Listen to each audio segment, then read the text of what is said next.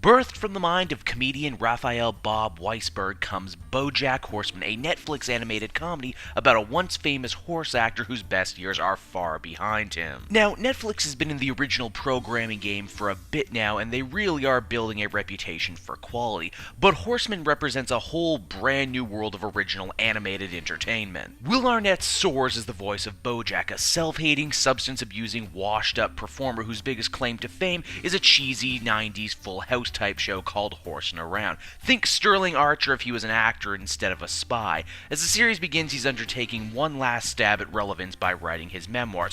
Too bad he can't write his own life story worth a crap. So the publisher hires Diane Negan to follow Bojack around and ghostwrite his book. They quickly form a love-hate relationship, further complicated by the fact that Diane is currently dating Mr.Peanutbutter, another actor who just so happened to star on a similar TV show back in the day, but who doesn't have near as many issues as Bojack does. Rounding out the eclectic cast is Breaking Bad's Aaron Paul as Todd, Bojack's lazy roommate, who contributes nothing but he keeps around anyway, just because deep down he might truly fear being alone. Then there's my favorite character, Princess Caroline, Bojack's agent as well as on-again, off-again girlfriend. If you couldn't tell, one of the more interesting aspects about the show is just how humans and animals live side by side, and no one really makes a big deal about it. Heck, in the show's universe, Bojack's hero, as we find out, is Secretariat, who lived the tragic life of a real sports celebrity. The mail truck pulled up right next to me. I got a bad vibe. What was I supposed to do? Not chase the mail truck? Mr. Peanutbutter, I'm a big fan, so I'm gonna let you off with a warning this time.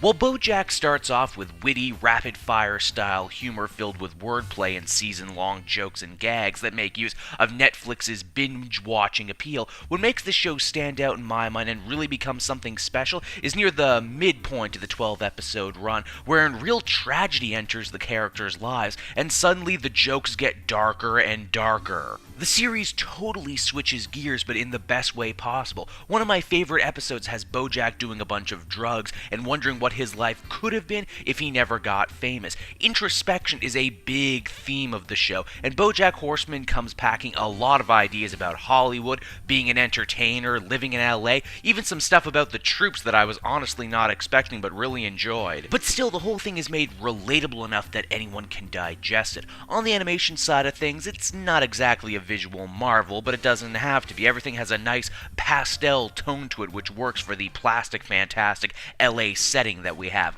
The music is cool too, especially the earworm of an ending theme song. First day, huh? Well, stick with me. You're gonna be just fine.